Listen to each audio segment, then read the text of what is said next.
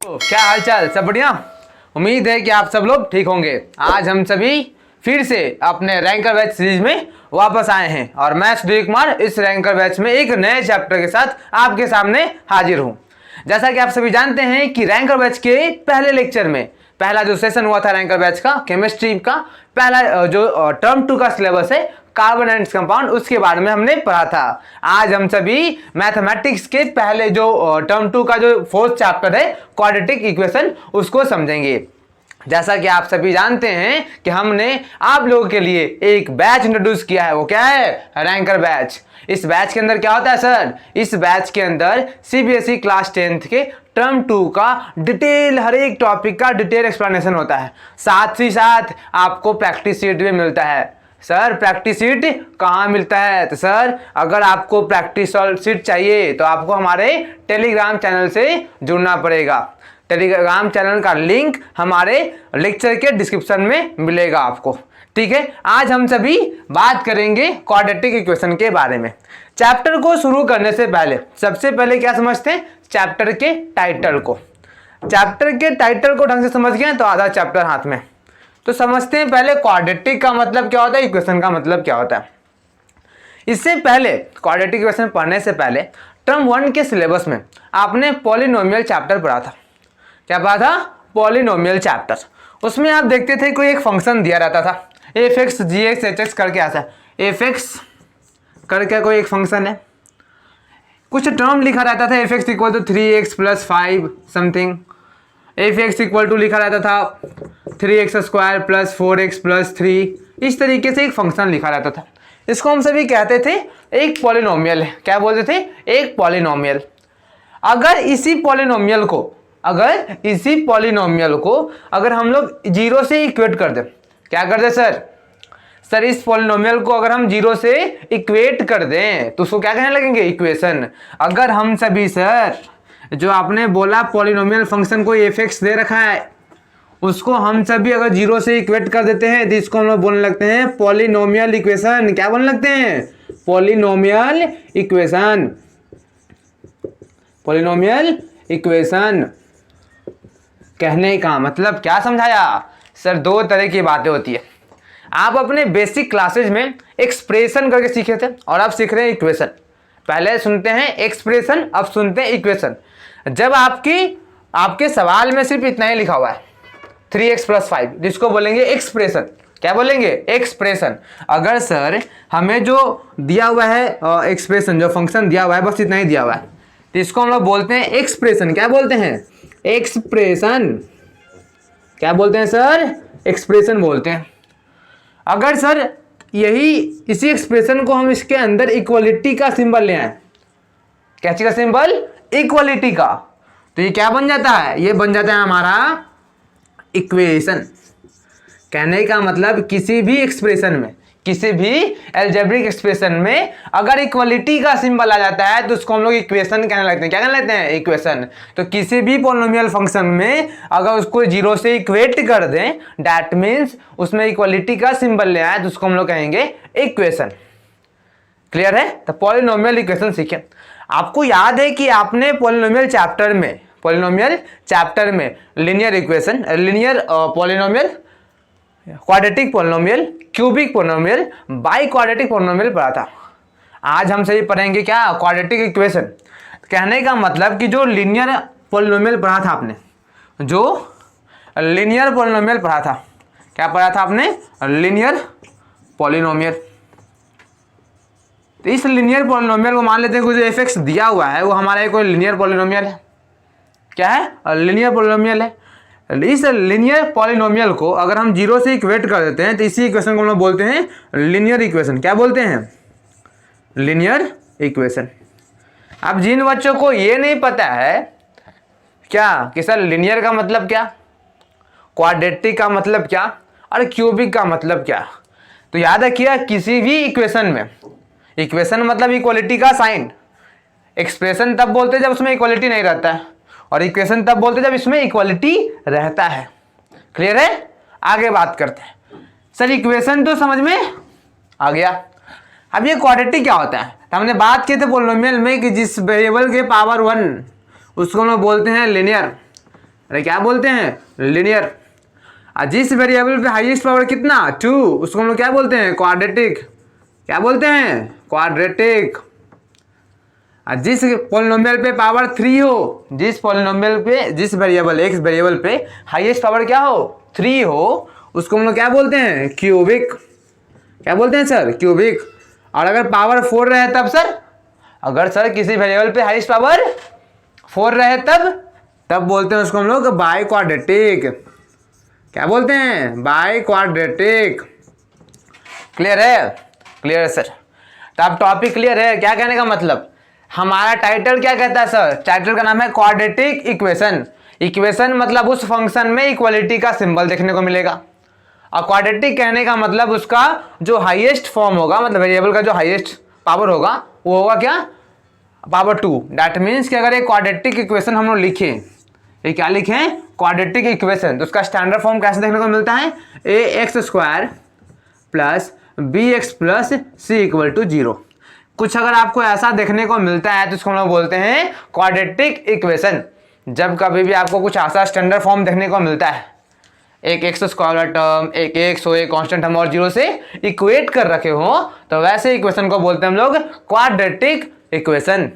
Clear है sir. क्या हर एक इक्वेशन क्वाड्रेटिक होता है जिसमें पावर 2 होता है, नहीं, कुछ कंडीशन होते हैं सर, ध्यान रखिए क्या कंडीशन होते हैं। कंडीशन हम ध्यान रखिएगा कि सर क्या कंडीशन होता है कोई क्वाड्रेटिक कहेंगे, तो इसमें जो ए बी सी जो कांस्टेंट आए थे ना, इसमें ए बी और सी जो कांस्टेंट आए हैं, ये एक रियल होना चाहिए, real number. A B C क्या होना चाहिए, एक रियल नंबर होना चाहिए। इसका सिंबल का मतलब है बिलोंग्स टू, मतलब ए बी सी जो होना चाहिए वो एक रियल नंबर होना चाहिए। क्या होना चाहिए, रियल नंबर। और एक कभी भी 0 नहीं होना चाहिए। अगर सर किसी भी standard form of quadratic equation, quadratic equation का कोई स्टैंडर्ड फॉर्म में अगर ए 0 हो जाए, ए क्या हो जाए 0, तो यही हाईएस्ट पावर का, नहीं तो खेल खत्म। अरे आपने बोला क्वाड्रेटिक तब कहेंगे जब किसी वेरिएबल का पावर 2 हो। अब पावर 2 वाले को ही अगर आप 0 कर दोगे तो ये तो फिर लिनियर बन जाएगा ना। क्या बन जाएगा, लिनियर। तो ए कभी भी 0 नहीं होना चाहिए, मतलब x² का कोफिशिएंट कभी भी 0 नहीं होना चाहिए। होप सो आपको टाइटल क्या है, क्लियर है। इतना नोट कीजिए, फिर आगे बात करते हैं। चलिए हम लोग आगे बात करते हैं। अभी हमने सीखा क्या कि क्वाड्रेटिक इक्वेशन होता क्या है।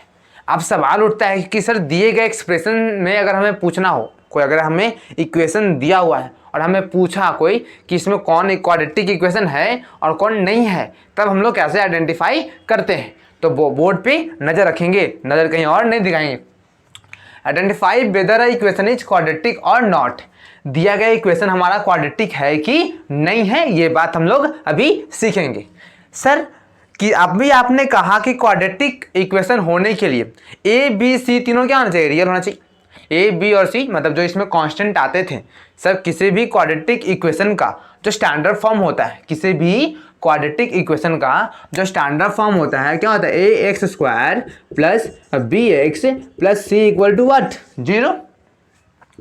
इसमें क्या कंडीशन मैंने बताया था, तुम कंडीशन ध्यान रखेंगे कि ए बी और सी जो है ना रियल नंबर होना चाहिए। क्या होना चाहिए, रियल नंबर। और ये कभी 0 नहीं होना चाहिए, ये कभी 0 नहीं होना चाहिए। अगर आपको इस तरह का कहीं एक्सप्रेशन देखने को मिलता है, इस तरह का एक्सप्रेशन देखने को मिलता है, तो आप क्या करोगे, उसको क्वाड्रेटिक इक्वेशन कहोगे, नहीं तो नहीं। एक और इसमें कंडीशन याद रखिएगा, अगर किसी गिवन इक्वेशन को आपको क्वाड्रेटिक है या नहीं है ये बताना हो तब। क्या सर, जो इसमें एक वेरिएबल जो है ना x, यहाँ पे वेरिएबल कोई भी हो, x हो, y हो, z हो, किसी का भी फंक्शन हो, वो जो x होगा ना वो हमेशा एक इंटीजर होना चाहिए। जेड से हम सभी इंटीजर को रिप्रेजेंट करते हैं। अगर कोई फ्रैक्शन हो सर क्या हो, अगर कोई वो फ्रैक्शन हो ना, अगर दिए गए जो फंक्शन है उसमें अगर कोई वेरिएबल फंक्शन में एग्जिस्ट करता है तो पोलिनोमियल ही नहीं है, और वो पोलिनोमियल है ही नहीं तो फिर क्वाड्रेटिक इक्वेशन की बात ही नहीं होगा ना उसमें। तो याद रखेंगे सर कि दिए गए एक्सप्रेशन में, दिए गए इक्वेशन में, सॉरी एक्सप्रेशन है, अगर इक्वलिटी आ गया तो इक्वेशन बोलते हैं। दिए गए इक्वेशन में अगर जेड इंटीजर है तब हम लोग क्वाड्रेटिक कहेंगे। अगर जेड फ्रैक्शन हो 1/2 वगैरह ऐसा रहे तब उसको क्वाड्रेटिक इक्वेशन नहीं कहेंगे। याद रखेंगे। देखिए कुछ एग्जाम्पल से करके देखते हैं। यहाँ देखिए तो जिस तरीके से हम लोग जानते थे कुछ जो हमारा स्टैंडर्ड फॉर्म है इससे कंपेयर कीजिए। ये तो हुआ वही दिख रहा है, यहाँ पे ए है इसका कोफिशिएंट, ये तो हमारा क्या है जो एफ एक्स है क्या है एक पोलिनोमियल फंक्शन है। यहाँ पे जो एफ एक्स दिया हुआ है हमारा, जो यहाँ पे हमारा एफ एक्स गिवन है एफ एक्स इक्वल टू 0, ये क्या है एक पोलिनोमियल फंक्शन है, पोलिनोमियल फंक्शन है। कोई दिक्कत? ए यहाँ ये है, बी और सी तीनों क्या है रियल है, और इसका जो एक जो वेरिएबल है वो भी क्या है एक इंटीजर है, इंटीजर पावर है इसके ऊपर। और यहाँ देखिए तो ये क्या हमारा अगर ये पोलिनोमियल फंक्शन है और ये इक्वल इसको 0 से हम लोग इक्वेट कर रखें तो ये हमारा बन गया पोलिनोमियल का इक्वेशन, और इसमें हाईएस्ट पावर क्या है 2, तो इसको हम लोग बोलेंगे क्वाड्रेटिक इक्वेशन। क्या बोलेंगे? Quadratic equation. क्लियर है? अब सेकंड एग्जांपल को देखते हैं, इसको ध्यान दीजिएगा। क्या है x प्लस यहाँ एक्स स्क्वायर है, यहाँ पे कुछ अलग अलग है, तो समझ में आ रहा है। तो पहले सिंप्लीफाई करेंगे, पहले क्या करेंगे सिंप्लीफाई, ऐसे ही जज नहीं करेंगे देखकर, तो पहले सिंप्लीफाई कीजिए। उसके बाद देखिए कि क्या आपका ये जो स्टैंडर्ड फॉर्म है क्वाड्रेटिक इक्वेशन का वैसा कुछ बन रहा है या नहीं। अगर वैसा कुछ फॉर्म हो रहा हो तब वो क्वाड्रेटिक है, नहीं तो नहीं हो। तो पहले सॉल्व करेंगे, देख के नहीं अंदाजा लगाएंगे। अंदाजा पे भी लोग मैथ बनाते हैं, तो अंदाजा पे मैथ नहीं बनता है। ये x यहाँ पे कुछ नहीं, दैट मीन्स नीचे 1 है, 1 और x का LCM X square plus 3 equal to X square. कोई दिक्कत? ये उधर गया तो हो गया एक्स स्क्वायर प्लस 3 बराबर एक्स क्यूब, तो ये हो गया X cube minus X square minus 3 equal to 0। हमारा एक्सप्रेशन कुछ ऐसा बन गया। सर क्वाड्रेटिक इक्वेशन होने के लिए वेरिएबल का हाईएस्ट पावर 2 होना चाहिए, यहाँ तो 3 आ गया, तो ये क्वाड्रेटिक हमारा नहीं है, क्वाड्रेटिक हमारा नहीं है। अब थर्ड वाले की बात करें, थर्ड वाला जो इक्वेशन दिया है, क्या दिए गए इक्वेशन क्वाड्रेटिक है? तो सर ए और बी और सी मतलब जो कांस्टेंट देखें तो वो सारे कांस्टेंट तो सर रियल है। ए 0 भी नहीं है, क्वाड्रेटिक तो हो जाना चाहिए सर। क्वाड्रेटिक होने के लिए ए बी सी क्या होना चाहिए? रियल होना चाहिए, और ए 0 नहीं होना चाहिए। ए यहाँ पे क्या है 1 है, और ए बी सी क्या है सब रियल है। तो जो हमें कंडीशन चाहिए था क्वाड्रेटिक के लिए तो फुलफिल हो गया। बट सर ये क्वाड्रेटिक इक्वेशन नहीं है, सर ये क्वाड्रेटिक इक्वेशन नहीं है। क्यों? सर यहाँ पे देखिए, इस पर फोकस कीजिए।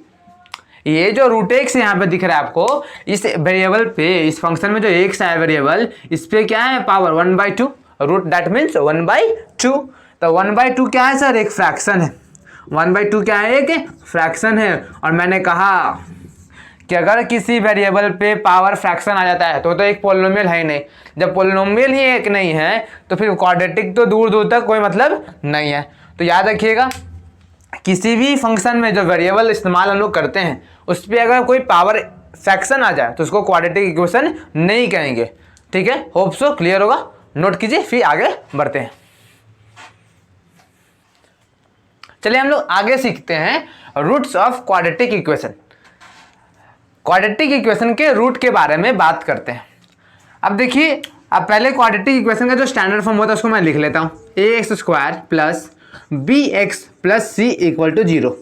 इसको तो हम ध्यान रखिएगा, ऐसा कुछ एक्सप्रेशन आपको देखने को मिलेगा, मतलब वो क्या है? एक क्वाड्रेटिक इक्वेशन है। आपको एक बात पता होना चाहिए कि जितना हाईएस्ट पावर होता है किसी भी इक्वेशन का, जो हाईएस्ट पावर होता है उसका उतना रूट होता है, उसका उतना रूट होता है। इसका हाईएस्ट पावर कितना है? 2। इसके 2 रूट होंगे। पहले मैंने मान लिया अल्फा और दूसरा मैंने मान लिया बीटा। कुछ भी मान सकते हैं आप, टी जेड कुछ भी मान लिया, अल्फा और बीटा मैंने मान लिया इसका रूट है। अगर मैं कहता हूं कि दिए गए, मैंने क्या बोला कि दिए गए इक्वेशन का अल्फा और बीटा रूट है। क्या बोला मैंने? कि दिए गए इक्वेशन का अल्फा और बीटा रूट है। कहने का मतलब कि अगर आप इस इक्वेशन में x के बदले अल्फा पुट करते हो या फिर बीटा पुट करते हो तो इक्वेशन का वैल्यू क्या आना चाहिए? 0। ध्यान सुनिए क्या बोल रहे हैं। मैं बोल रहा हूं कि अगर दिए गए इक्वेशन का ये दोनों रूट है, ठीक है, तो अल्फा को अगर हम x के बदले पुट करते हैं या फिर बीटा को पुट करते हैं तो जो इक्वेशन का जो वैल्यू आएगा वो 0 के बराबर आएगा। ठीक है, किसी भी, मान लीजिए कि कोई आपको fx दिया हुआ है, क्या दिया हुआ? कोई fx, कोई फंक्शन दिया, वो आपको कोई fx दिया हुआ है ऐसा 3x² प्लस 4x प्लस 3, ऐसा कोई आपको एक इक्वेशन दे दिया, फंक्शन दिया हुआ, पॉलिनोमियल क्वाड्रेटिक इक्वेशन दिया हुआ, ठीक है।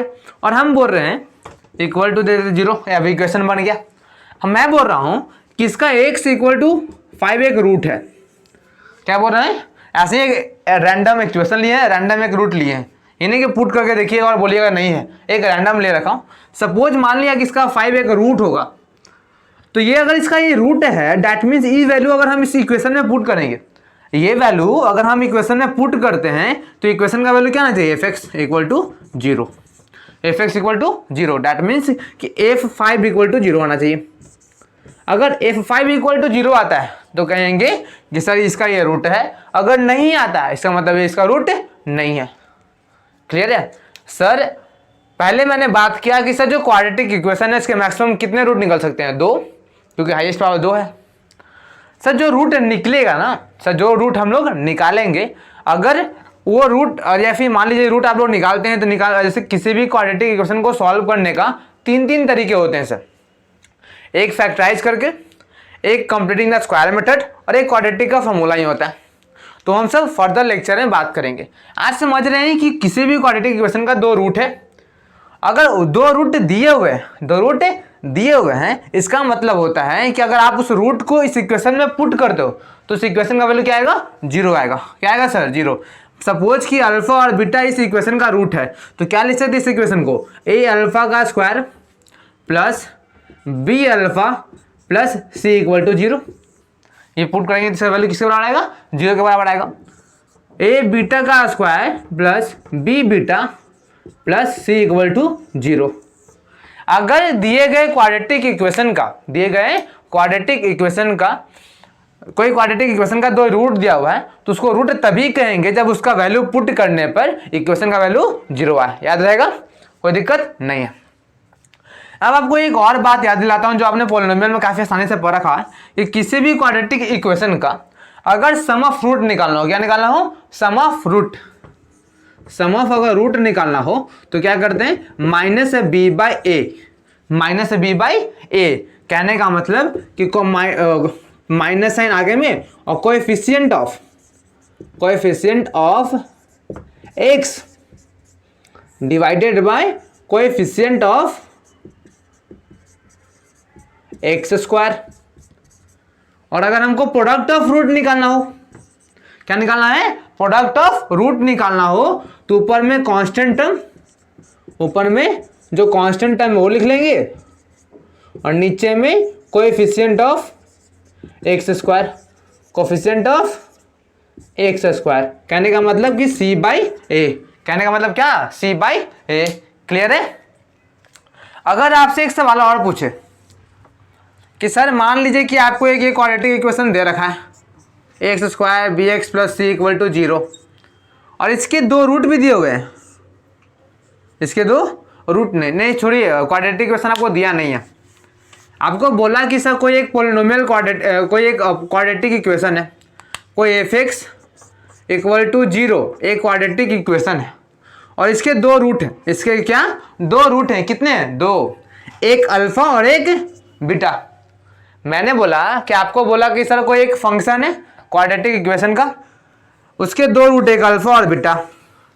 अल्फा बीटा का वैल्यू दिया रहेगा 3, 5, 4, 6 कुछ भी। तो आप बताइए कि क्वाड्रेटिक इक्वेशन क्या होगा? वो जो क्वाड्रेटिक इक्वेशन है वो इक्वेशन लिख के दीजिए। तो अगर वैसा लिखना हो तो अगर हमको क्या निकालना? Formation of quadratic equation. कि क्वाड्रेटिक इक्वेशन को फॉर्म कैसे करते हैं इसका एक डायरेक्ट फार्मूला होता है, उसको याद रखिएगा, पुट कीजिएगा और आंसर पाइएगा। सर क्वाड्रेटिक इक्वेशन लिखने का एक डायरेक्ट फार्मूला होता है, उसको याद रखिए, उसमें वैल्यू पुट कीजिए और आंसर पाइए। क्या होता है याद रखिएगा? X square minus sum of root into X, sum of root into x plus product of root equal to 0। ये हमारा बनता है क्वाड्रेटिक इक्वेशन। सर किसी भी क्वाड्रेटिक इक्वेशन का अगर हमको रूट दिया हुआ है, क्या दिया हुआ है? रूट, और हमको बोला क्वाड्रेटिक इक्वेशन लिख कर दिखाओ, तो एक्स स्क्वायर माइनस दोनों रूट का sum into x plus alpha beta product of root equal to 0। ये जो आएगा मेरा वो क्या आएगा? हमारा एक क्वाड्रेटिक इक्वेशन आएगा जिसका रूट हमको दे रखा था। यहाँ तक क्लियर है? नोट कीजिए, आगे बात करते हैं। आगे बात करते हैं हम लोग method of solving quadratic equation. अब अभी तक रूट निकालने के लिए सीखे, क्वाड्रेटिक इक्वेशन होता है कि उस पर बात किए, कैसे आइडेंटिफाई करते हैं कि क्वाड्रेटिक इक्वेशन है कि नहीं, इन सारी चीज़ों पे बात कर लिए। अब बात करते हैं कि क्वाड्रेटिक इक्वेशन को सॉल्व कैसे करते हैं सर, उसके रूट को कैसे फाइंड आउट करते हैं सर। तो किसी भी क्वाड्रेटिक इक्वेशन को सॉल्व करने के तीन मेथड होते हैं। कितने मेथड सर? 3 मेथड होते हैं। कितने मेथड होते हैं? 3 मेथड होते हैं। पहला क्या? फैक्टराइजेशन मेथड, जो कि आप लोग बहुत पहले ही पढ़ रखे हैं, फैक्टराइजेशन मेथड। और दूसरा होता है completing the square method, completing square method.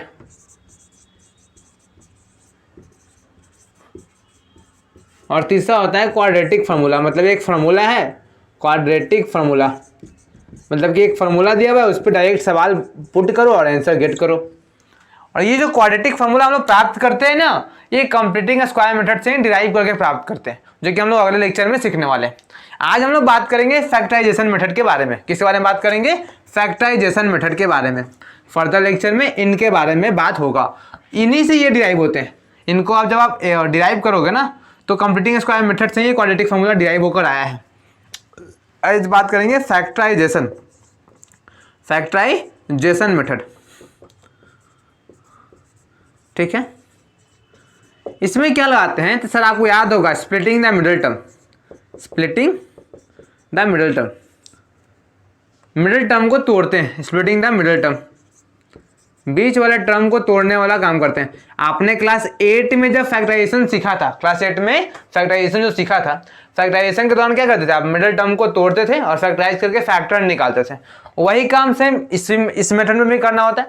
और उसमें जो आप फैक्टराइज करते थे, तो वो जो इक्वेशन एक्सप्रेशन आता था, दैट मीन्स उसमें इक्वलिटी का सिंबल नहीं होता था।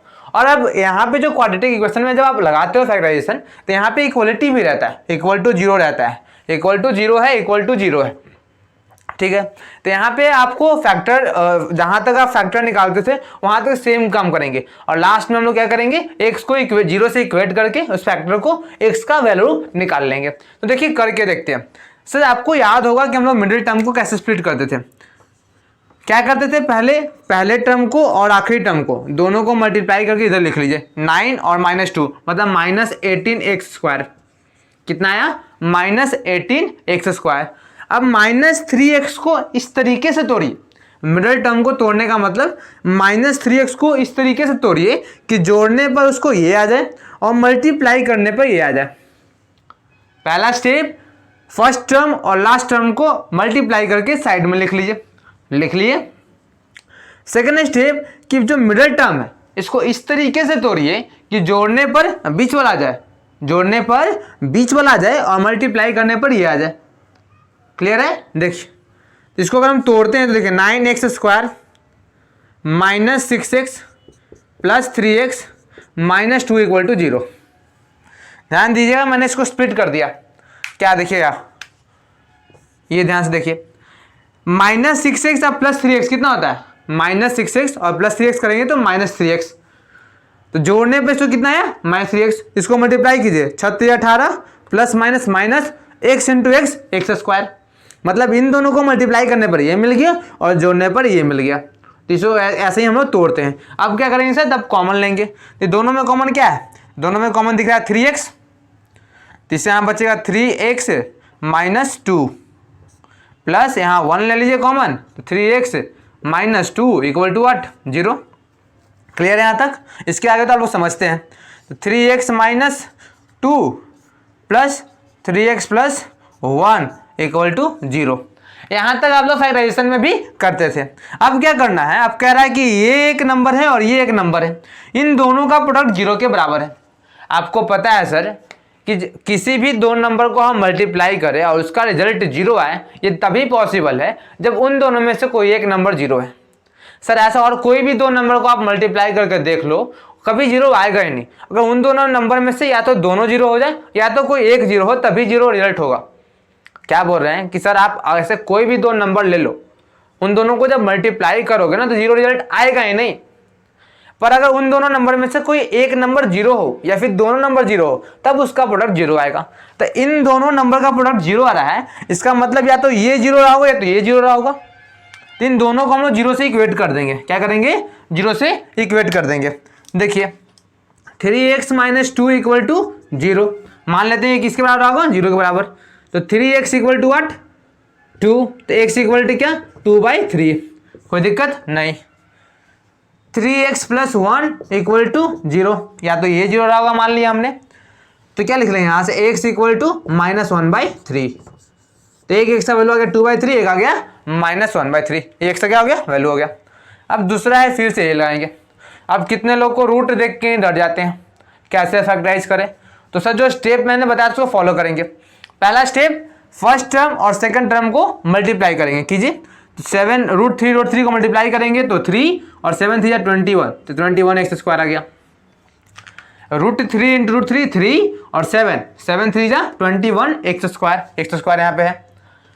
अब क्या है सर, इस ये टर्म और ये टर्म को लिख लेना है, इसमें कोई चेंज नहीं करेंगे, इसमें कोई चेंज सर नहीं करेंगे, कोई दिक्कत नहीं।